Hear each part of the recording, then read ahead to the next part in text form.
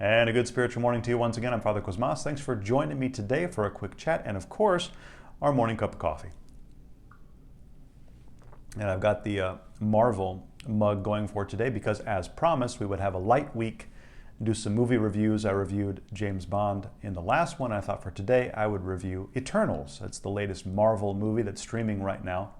And I did get a chance to see it finally. I did not see it in the theaters, and thank God I did not see it in the theaters. So you can already tell, did I like it? Did I not like it? Anything good about it? What do we think as Orthodox Christians? I did not like it. Cannot really recommend it. Did not think it was a particularly good movie. Wasn't even average. It was below average. And well, why? Well, the plot, again, just riddled with holes. The mythology is so far out there, what they're trying to create now in the Marvel universe. I understand why they made the film. They're sort of going away from the kind of typical Marvel characters, and they're pushing out into a different area to have different characters connecting with different storylines and trying to connect them together. However, really wasn't great. The mythology, as I said, was so far out there with celestials and eternals and sort of like the creation of life, trying to explain how life is created, but the need to sacrifice life to create life, on a smaller scale for a larger scale. And I'm not going to really give away too many spoilers because it's not even worth giving away spoilers, just to say that the writing was full of holes with things that didn't really make a lot of sense if you think it through. Again, there's celestials, which are these sort of godlike, huge beings that are responsible for creating the life of galaxies, but they need to be born or they need to be emerged, so they plant seeds for new celestials in planets, and then the life of that planet, once the intelligent life sort of populates to a certain amount, then an emergence can happen. Then the new celestial can be born to create life. But of course, it has to destroy the planet and all the life on that planet. And the Eternals go in, they're created and sent by the Celestials to sort of protect the life on that planet and make sure that the life increases and populates quick enough for the new Celestial to be born. They also have, I think they're called deviants, the monsters that are sent there that the Celestials fight against, so that for some reason that helps the life grow. I don't know.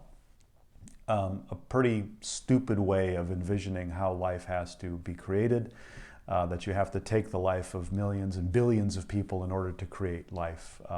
Again, that somehow these celestial beings are constrained by that. And someone at some point says, well, where were you guys during Thanos when we were worrying about half of the population being wiped out? Well, we're not allowed to interfere in anything that's going on with what's going on the planet. But the whole point of them being there is to perpetuate life. So I would think that the wiping out of half of the life of the planet would be of some concern to them. But apparently not. Don't think about that, because that's going to ruin the fact that none of this really makes any sense whatsoever.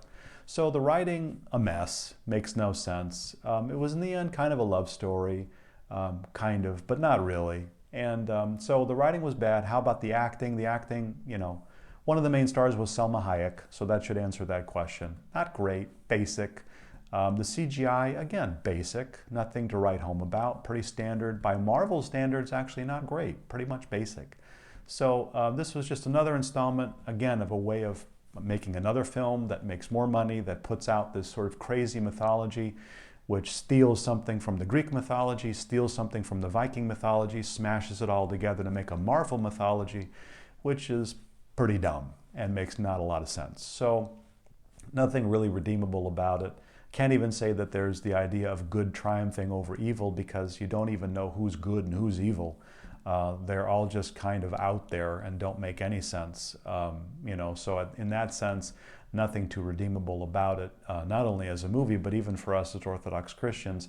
I would say, again, you kind of feel bad continuing to push the line between how much mythology and how much just flat out heresy you feel comfortable watching. This one's just kind of out there and not really worth it. So it's one that I would skip. I know some people might like it as something new in terms of the Marvel Universe. I would say there's a lot better stuff out there to watch. Once again, may our Lord and Savior bless us and keep us this day and every day. Amen.